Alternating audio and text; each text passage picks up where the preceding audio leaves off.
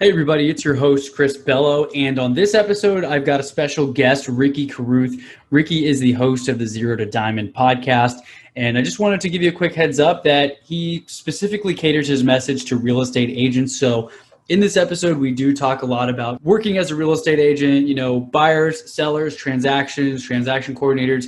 A little bit of the lingo is real estate related. However, a lot of the principles that you're going to learn in this episode can apply to any business that you're in. We talk about email autoresponders, sending weekly emails, following up with your clients passively, adding value where they reach out to you when they're ready. So even though we're going to be talking a lot about real estate stuff and real estate agent stuff, I don't want that to turn you off. I promise you're going to get a lot of value out of this show. So with that being said, let's get started with today's show. Hey everybody, welcome to the Entrepreneur Motivation Podcast. I'm your host, Chris Bello, and today I've got Ricky Carruth with me. Ricky, welcome to the show. What up, dude? I'm fired up. Same here, man. It's weird because I've been listening to your podcast a lot lately, so now it's like, usually I have a question, but I'm like, oh, I can't ask because I'm listening, and now I got you here on the line, so that's pretty cool. Yeah, exactly, man. That's how this thing works. Yeah, for sure. So I just pulled up your website because I wanted to see a good bio just to give you a quick introduction. So for those listening, Ricky was born and raised along the Alabama and Florida Gulf Coast. Ricky has built an incredible real estate business based on the core values of creating strong relationships and being a servant to others. Now he wants to give back to the real estate community by helping new and experienced agents who want to take their business to the next level and beyond. So there's a lot more details there to unpack, but I'd like to let you share that story. And like we just mentioned before I hit record, I don't just have real estate agents in the audience, so I know you're going to bring a bunch of value either way. But go ahead and introduce yourself however you see fit, man. What do you want to talk about today?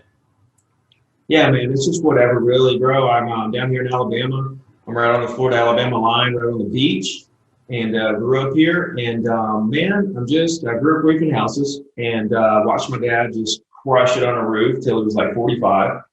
And, that kind of inspired me to, just to do the same thing and follow his footsteps in terms of being a hard worker, So for me, it's all about just work. I don't really care too much about results. Results are great and a lot, definitely results driven to a certain extent, but, it's more so about, the results are just kind of like the trophy of how much work you put in, So that's the only thing that excites me about results is it's like, okay, because I work so hard, here's what happens.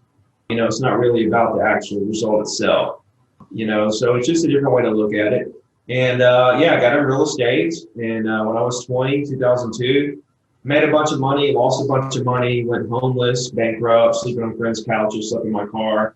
I worked on an oil rig, went back to roofing houses, read 100 books, got back in real estate.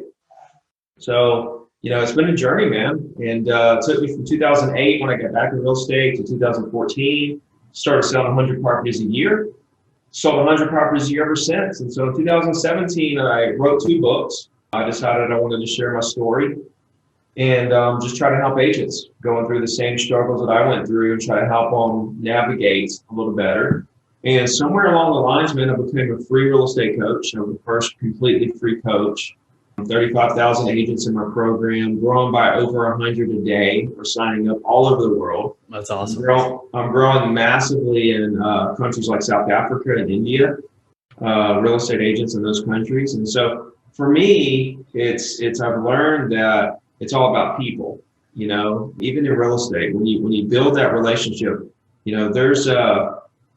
I'm never talking to a prospect on the very first call about, trying to get them to buy or sell anything. I just want to know more about them and what I can do to help. And, it's easier to ask for business later after you've built some rapport than it is to try to, ask for the very first time. It's the same thing with social media. I'm not out there hardcore pressuring people to try to do things that make me money.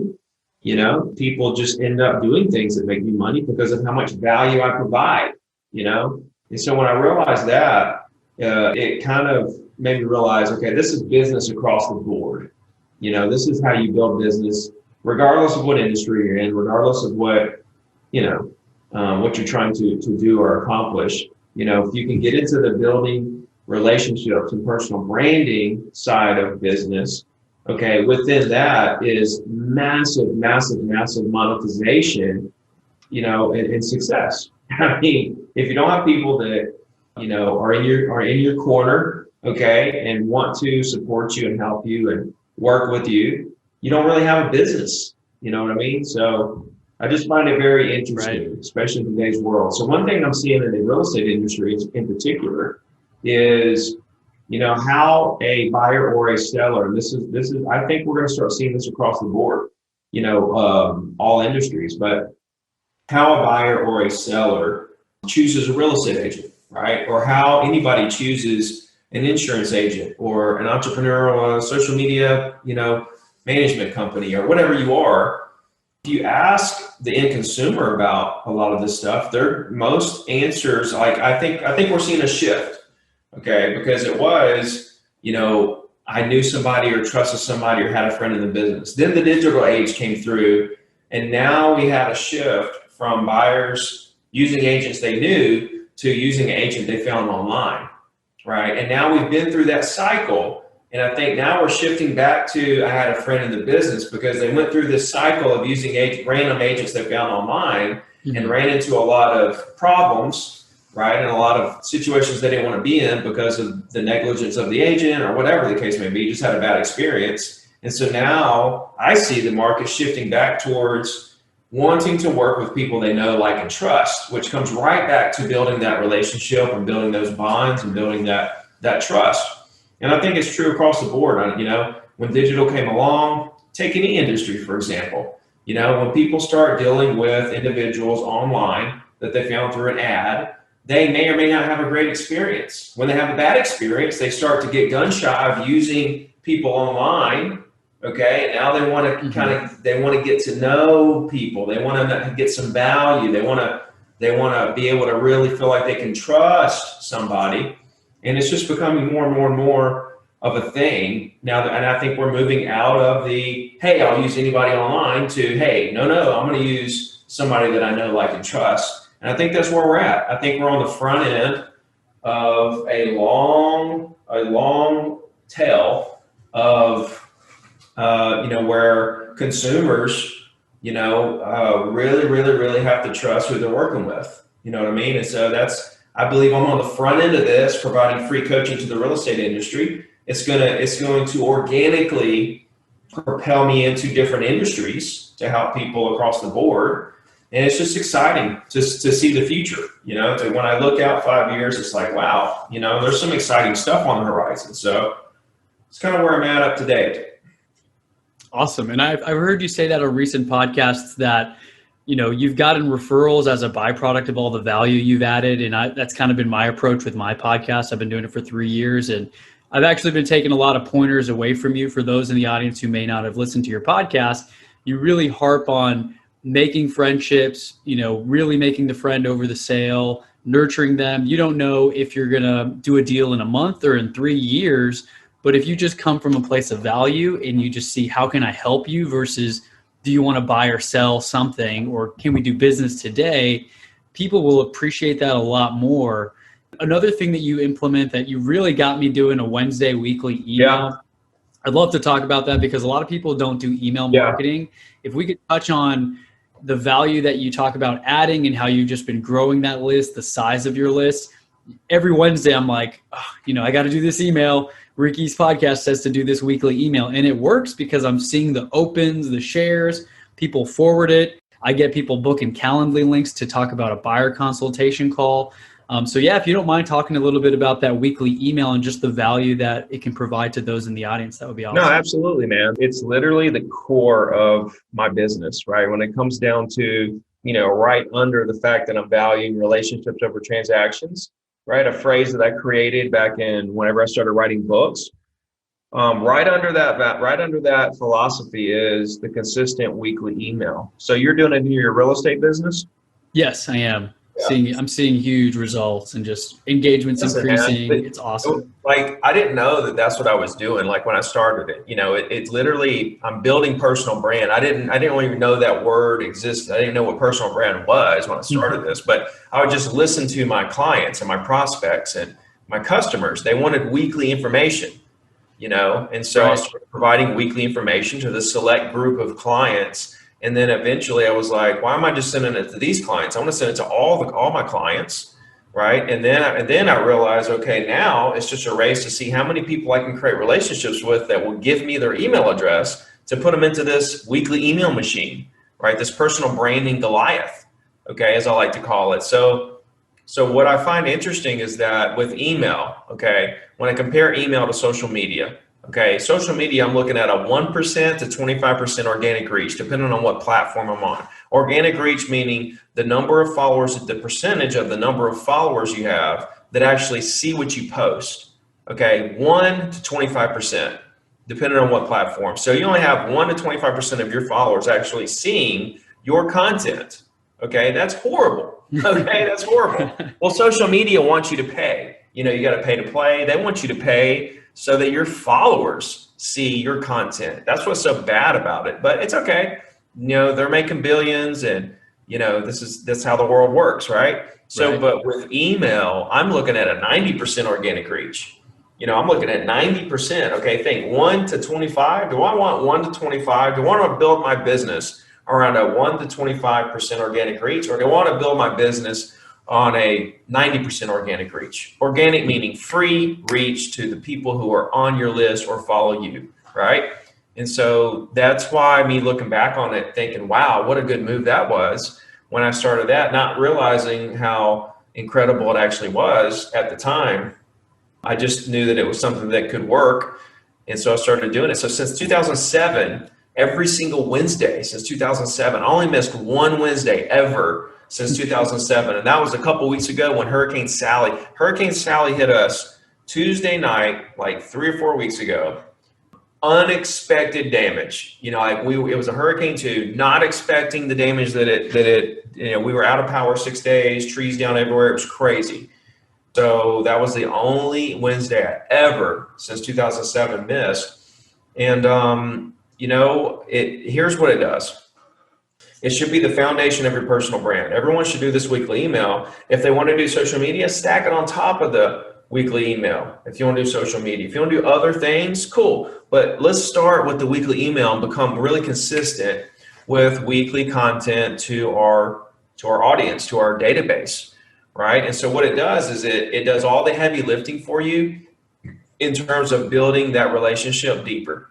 Okay, it shows them, it's an extension of you, and it shows them how dependable you are, hardworking, consistent, you know, knowledgeable, professional, honest, that you're in the market, that you're selling stuff, that you know what's up.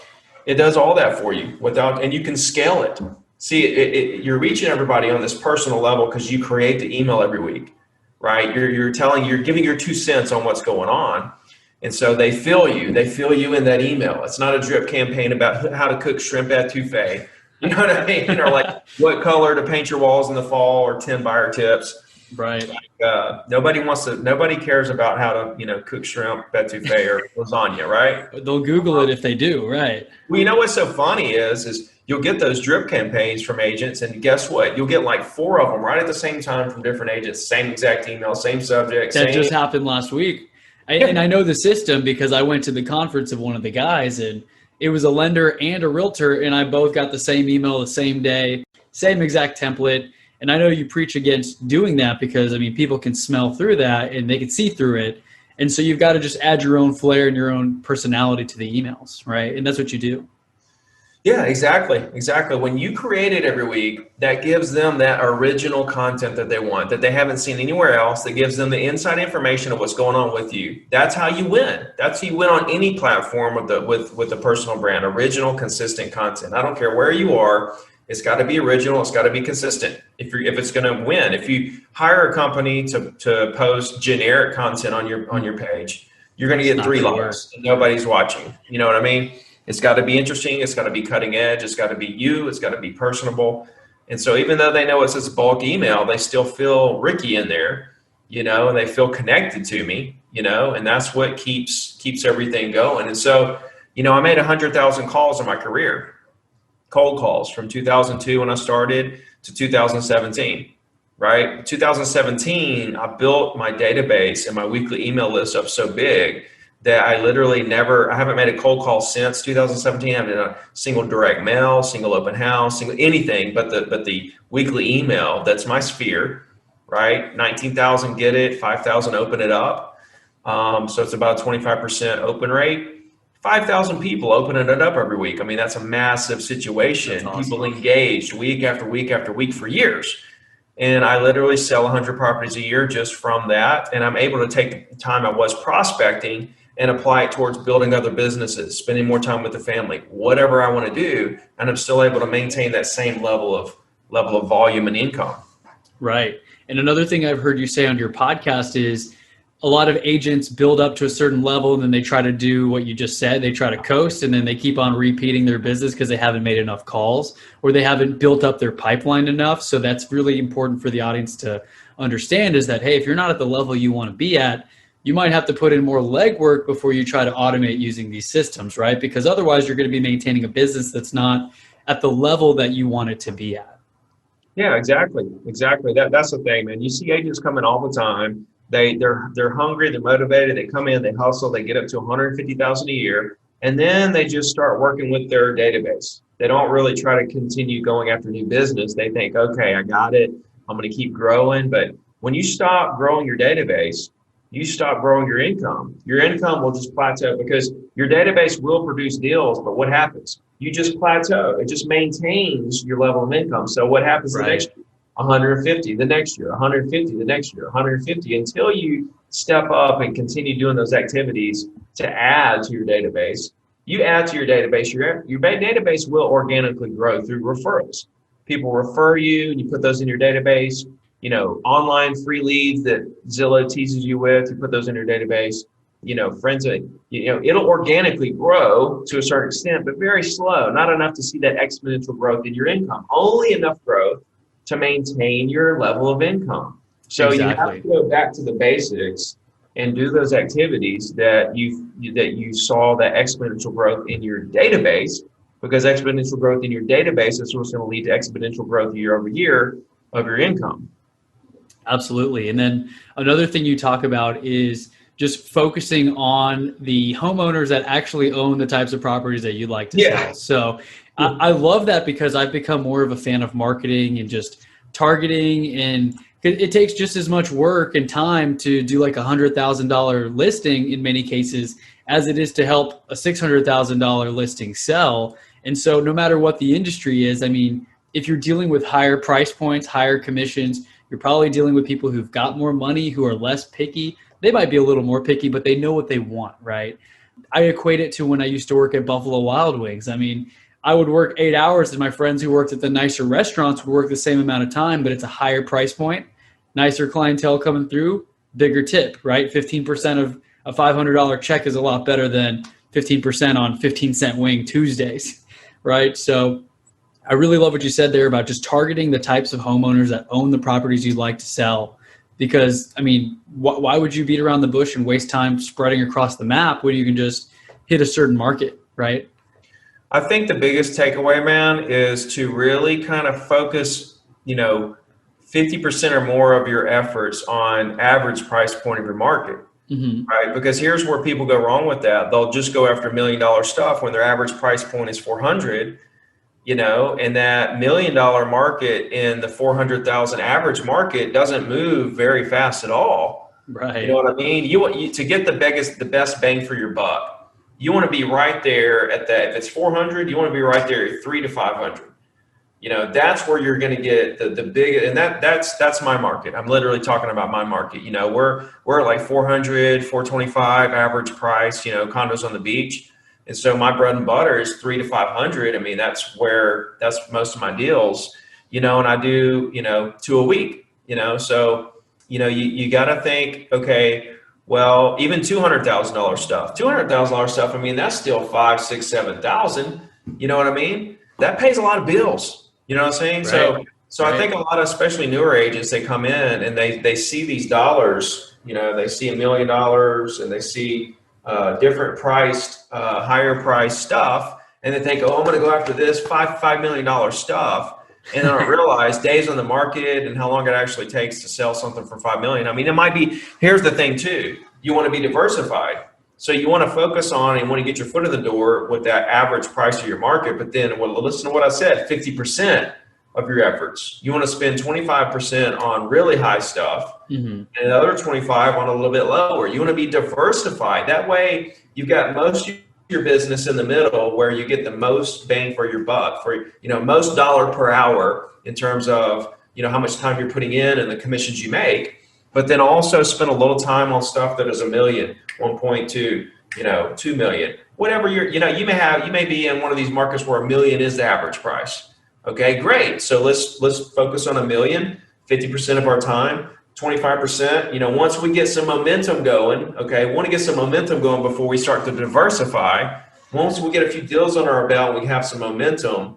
Then we want to kind of diversify a little bit and do some $500,000 properties and some $2, $3, $4, $5 million properties. You know what I mean? So it just depends on your market. But I always say, man, you want to start with your average price and kind of work that for a good 3 to 6 months and really get some momentum and get your foothold in the market, and then diversify a little, Definitely. I think the key takeaway there is that you've got to, you can't put all your eggs in that one basket, because if you're going all in on a high priced tier client or high ticket item that you're selling, yeah, the commission's bigger, but the sales may be less frequent. And on the other hand, you may have the ones that are so low that you can do so many and they move pretty quickly, but you just got to do so many more than if you're at that, that average price point where you can do 2, 3 steadily a week or a month, depending on the price point, and make a pretty good living or career out of whatever you're doing. So I'm still trying to balance that. I've listened to some of your stuff about your assistant and what you have her do. I think I have like 7 or 8 deals under contract supposed to close by the end of the month. I already closed 3 or 4. One's closing this week. That'll be my 4th. And I'm starting to get that taste because I only got my license last June. And the market's been kind of on fire, but now I'm like, whoa, like head spinning. What's closing? What do I need to do? Earnest money, did that get delivered, right? There's so many things to stay on top of, but you preach to, once you get the listing, go get more, right? So I've been doing that, but then I'm like, whoa, how do I handle all these listings while getting new business without dropping the ball for my clients? Right. So do you have any advice or feedback on how to juggle all that? I have a great transaction coordinator. She's on top of it, but man, it's still crazy. I mean, my question is what balls are there to drop? That's true. I mean, other than the earnest money option, the option money dates, there's not a whole lot that's serious, I guess. Well, I mean, I'm asking you, like you're telling me there's a lot of balls to juggle, and I'm trying to figure out what balls they are. I mean, if it's earnest money, they deposited it. We're done with that. Okay, dates. Okay. Right. I guess for me, it's just staying on top of everything where the clients feel like they're adequately up to date on what's going on. Because sometimes I'm just like, hey, no news is good news. If I hit you up, something's wrong. But they kind of like you to check in, right?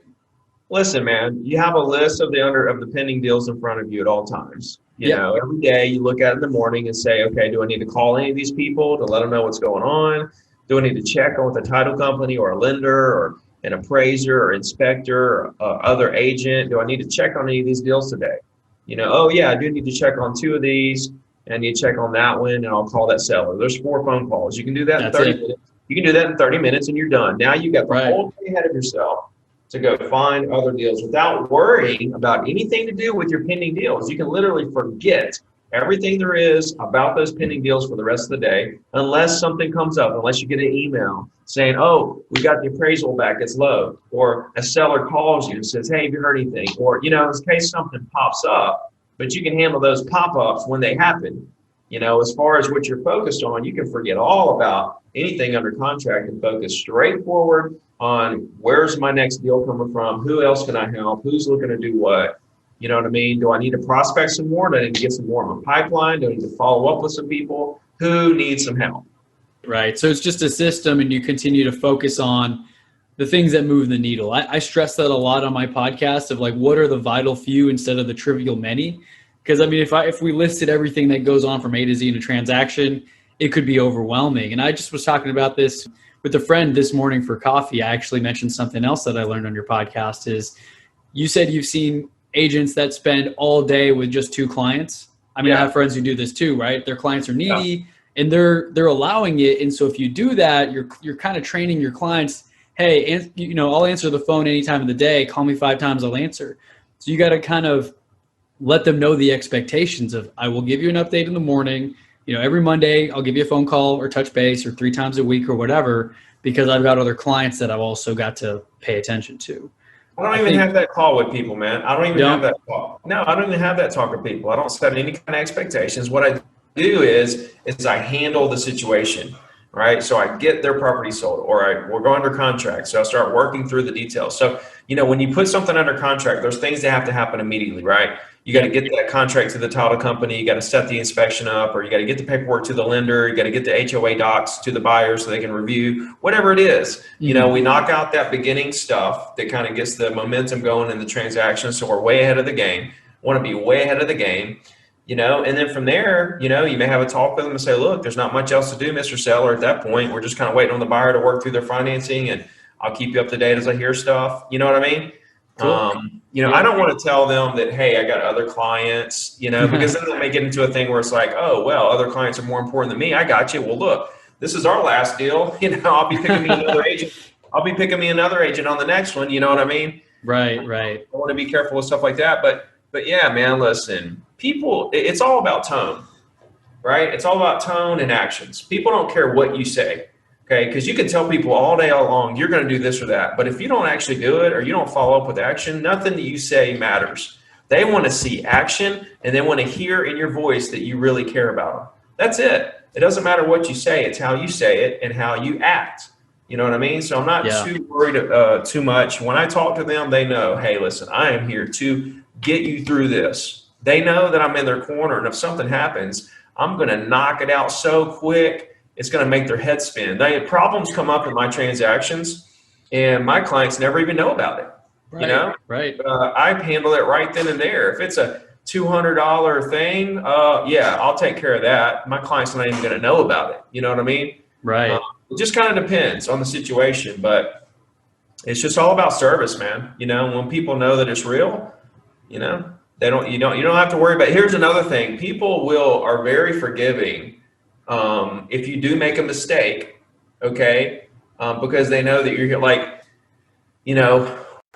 me think of an example here, but people are very forgiving. If you do something or make a false move or mistake or have to reschedule or something like that, people want to work with you. I think agents are really scared to try to ask people, like, say a buyer wants to see something tomorrow, but you have another meeting, you know what to do. It's like, just tell the buyer that, can you do it two hours later? And the buyer's going to say, absolutely. We would love to work around your schedule. They want to work with you. And a lot of agents just lack a lot of the confidence they need, to step in there and, realize, that people love them. Agents are scared. They think nobody likes them. You know what I mean? I've also seen the agents where I guess they feel like their clients want them to do everything for them. Like, I don't know, even the things that probably could be done by an assistant. Some agents have that mental block of thinking like, no, my client wants me to do it. Do you have any feedback on that? Like when you should delegate something that maybe you're holding on to too long, how do you even know like what to hand off? Because sometimes you feel like you need to have some skin in the game with those items, right? Dude, it doesn't matter to me what my client thinks that I should do. Okay. I've been doing this a long time. And I know what I need to do, and I know we have a system, and our system involves my assistant doing everything. Okay, that's the system. She does the whole thing, and I just talk to the people, that's the bottom line. Anything that involves getting a deal, following up, showing property, listing appointments, negotiations, closing, anything of that nature is me. Everything else is her. See what I'm saying? Yes. And so, here's the thing. It's not a perfect world, right? So your assistant will make mistakes. That she will make mistakes that cost you thousands of dollars, right? Tell her good job when it happens, right? Because she made an executive decision. She's not coming to you for every little thing. She took it upon herself to make a few executive decisions. When you think about the executive decisions that she made that made you thousands of dollars that you didn't even have to think about, she just took care of it. Okay, right. And you factor that into the equation of the $1,000 or so that you lost of this other executive decision that she made. You know what I mean? You have to look at the big picture of everything, and as long as we're all trying to grow, hell, I make mistakes. I make mistakes that cost myself money. So why would I get mad at her That's while true. she's trying to save me time so that I can go out there and try to help more people. She enables me to get out there and help more people. That's basically her job, to open up my time to where I can get out there and help more people. That's awesome. I love what you said there as well about they may lose you some money, your assistant may lose you some money, but how much are they gaining you, right? We tend to focus on what we lose versus what we gain more. I think Robert Kiyosaki said that. It physically hurts more, like it causes pain to lose $100. People are less willing to lose 100 than they are to bust their butt to make 100, right? Right. So it's easy for us to point out and say like, look, you just wasted $1,000 here, or you could have done this differently. But how much time are they saving you, right? Because that opens you up, like you said, talk to more clients, meet more people, go to more networking events, get more lunches or coffees. Would you consider that to be some of your more valuable time? Because you don't really do a whole lot of phone prospecting anymore. You've already made 100,000 calls in your career, right? Yeah, man. I mean, yeah, exactly, man. Showing property, listing appointments, meeting people for lunch, stuff like that, following up. I get a lot of calls from people that want to buy or sell, that are in the process of, still thinking, need help, need consultation, advice, Right. Stuff of that nature. So I'm in a constant mode of just processing and following up with people, who are looking to buy or sell.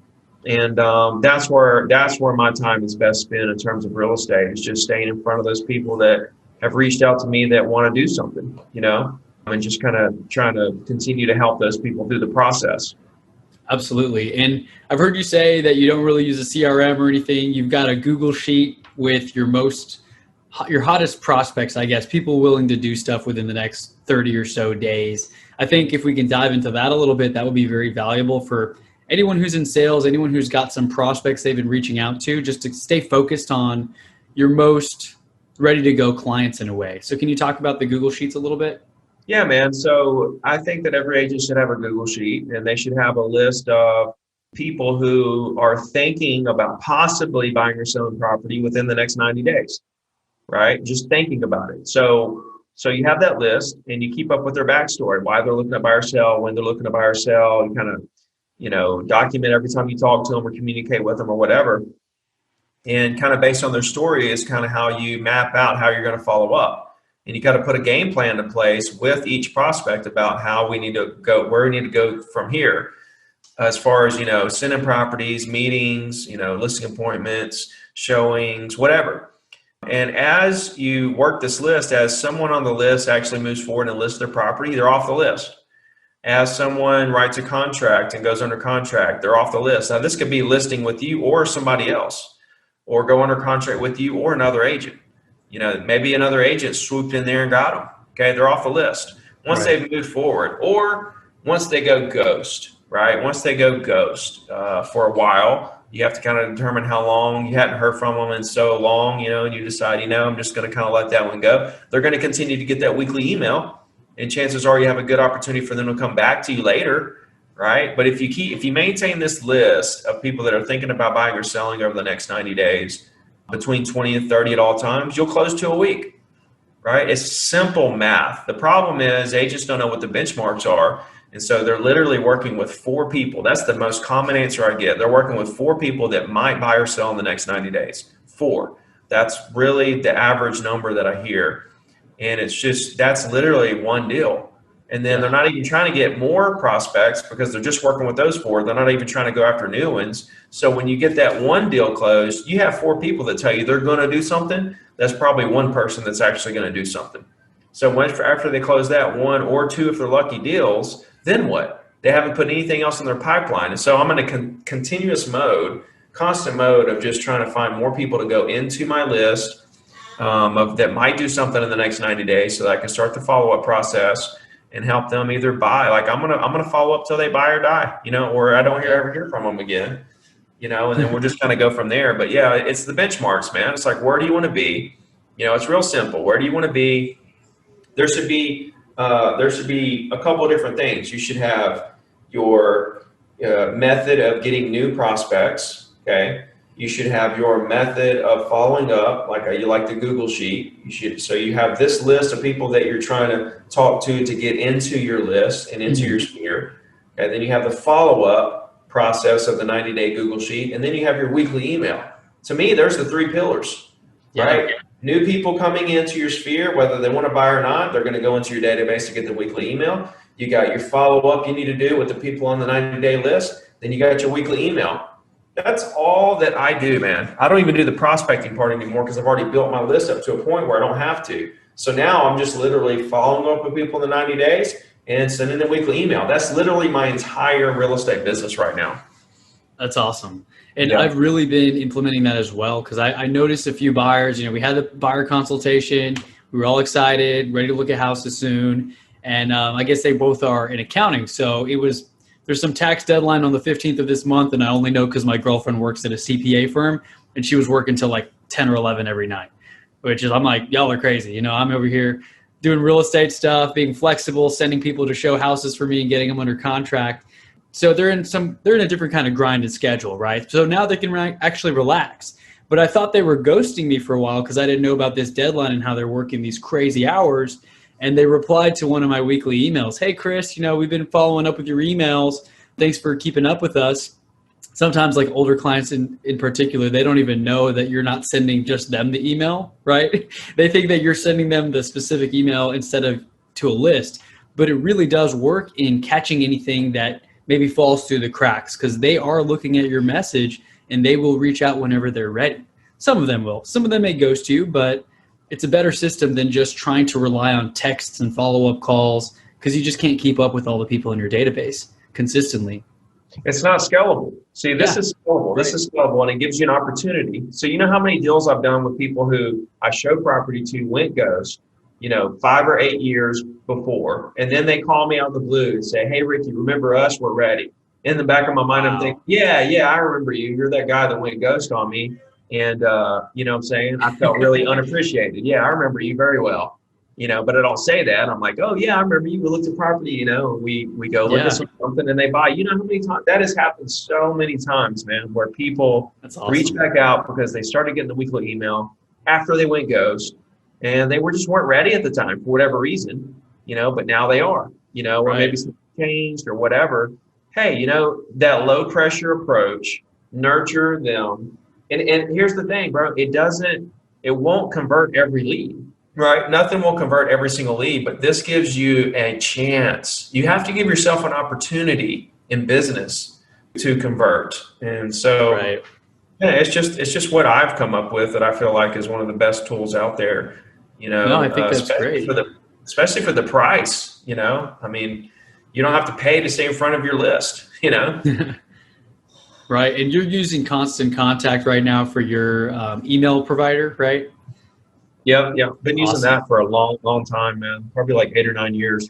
Wow. Yeah. A previous real estate company I worked with, they were using that. So I have some experience in it. Right now, I've been using MailChimp. I think it's free under 2,000 contacts and has a pretty good view or whatever whenever you send out the templates. But I was blowing a friend's mind. He's an agent over in Dallas. And he didn't ever really know about email marketing or any of those things. So I was kind of sharing some of the tips and tricks that, that you were talking about in your podcast, that others have talked about with email marketing, because it's so not automated, but it is fairly passive where you just take the time Wednesday morning or Tuesday night, get that email ready, send it out. And probably within an hour, I mean, I'd say I'm not quite at the level of you. I think I have 400 contacts or something right now and continuously adding to it. But I'll have 80 people read the email and like 4 replies every time. Some people read every email. One lady replies back every week. And I don't know if we're ever going to do a deal together, but she loves my emails. So I could always get a referral, right? You're building long-term relationships and you're starting to get to know other people too. Absolutely, man. Absolutely. 100%. That's what it's all about. I mean, that's how you build a really big business. That's how you build a really big business. Yeah. That's just the most frustrating thing for me. Cause I mean, I'm patient. I love relationships and friendships, but I've kind of expressed my frustration a little bit to some brokers and stuff who've been in the game for 10, 20 years. It's just like, you never really know when a deal is going to hit, when a referral is going to come in. You just don't, right? You might be talking to a friend and they're like, oh, I was thinking about selling my house. Oh, you're in real estate. I forgot. Like, you want to list it for me? And sometimes it may just be a great conversation for 30 minutes that, they're doing great. That's it. Maybe they'll think of you in 3-4 months if they have a referral, but you really don't know. So that's my only frustration with it. But I know it's just a numbers game. That's all it is, man. Listen, winners understand that once they get in the game for a little while and they take a few L's and they take a few of those losses, they start to, and then they get a few wins, they start to realize that they go hand in hand. And the winners who actually become top producers, they have just grown this numbness. Like they can stomach the amount of losses that it actually takes to win. Right. You know, like I'm losing every day. I'm losing agents. I'm losing money. I'm losing listings. I'm losing every day, right? These little battles, but I'm winning the war. I can stomach the amount of losses it takes to win big. And most people can't. You know, most people just can't. And so like when I run up on a situation where I lose a listing or I this or I that, or I lose some money on a business deal, or you chalk it up, man. You chalk it up to some experience and a lesson learned, right? Now we're better moving forward. Look at where we are now. We're in great shape because knowledge is power, man. Knowledge is actually money.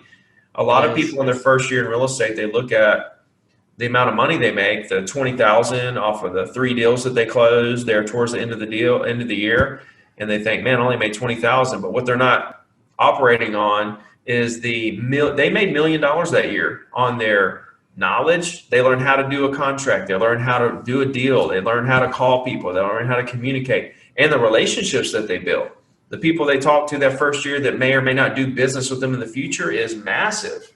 You know what I mean? So people are valuing, to me, the wrong stuff, and they're not hungry enough. They're not motivated enough. And when they eat that first 2 or 3 losses, they just tap out.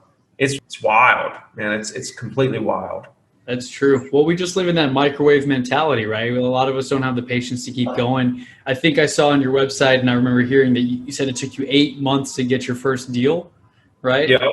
Same thing. I got started on the wholesaling side of real estate. I joined a company, and I mean, it took me 3 months, and I had great mentors who'd been in the business for 6 years. I was like, man, I should have found a deal by now, right? I was kicking myself. And I just turned 30 this year. You know, I'm a millennial, so I'm very impatient. Like, hey, we got everything at our fingertips, Netflix on demand, Amazon Prime, all these things. And I got to wait 5-6 months to get a deal, right? It just takes some time. But as you stick it out and you continue to stack up those losses, you'll start to get more wins. Because a lot of people I started off with a year ago, they dropped off. They're not here anymore. And what do you mean? Oh, you mean the new agents? The new agents that started with me a year ago, a lot of them have other careers already. Yeah. And now here I am, I'm having my best real estate month. And I know the market's hot, but also all those people who dropped off, they've got orphan clients that don't have a realtor anymore, right? So I'm kind of taking up as much market share as I can just from continuing to show up every day. Exactly, dude. Exactly. It's a process. So slow. It's a long game. Yeah. It's just a long game. And it's fun. Dude, real estate, it's so fun. It's fun when you understand that it's a long game and that you actually focus your efforts around it, and you kind of figure out a way that you can capitalize short-term to pay your bills while you're building the long-term game. You get paid to learn. In college, you pay to learn, right? In real estate, you get paid to learn. I love that. And it's so, when you're selling and you realize how great this industry is, it's so much fun. If you're not selling and you're thinking, poor me, and you're thinking, why can't I? And you're thinking, what about, you start comparing yourself to other agents, it's hell on earth. Like it can be the greatest thing that ever happened to you or the worst thing, most negative thing that ever happened to you. And literally both of those are just in your mind. You know, it's literally just how you perceive the situation. Absolutely. Is the glass half full or half empty? I think that's extremely important because you got to look at it that way. It's not that you only made $20,000. What did you learn? And it's infinite. Like you said, you always say that on your podcast. Like it's literally infinite. You cannot talk to all the homeowners out there, all the sales prospects out there. You can't call them all. It's just like not physically possible. So there's so much potential out there to scale your business, to get new clients, to grow your business, to hit record months, month over month. But I know you said we wanted to keep this around 45 minutes. I want to be respectful of your time, Ricky. But I want to give you an opportunity. Do you have any key takeaways you want to share before you share where our audience can connect with you?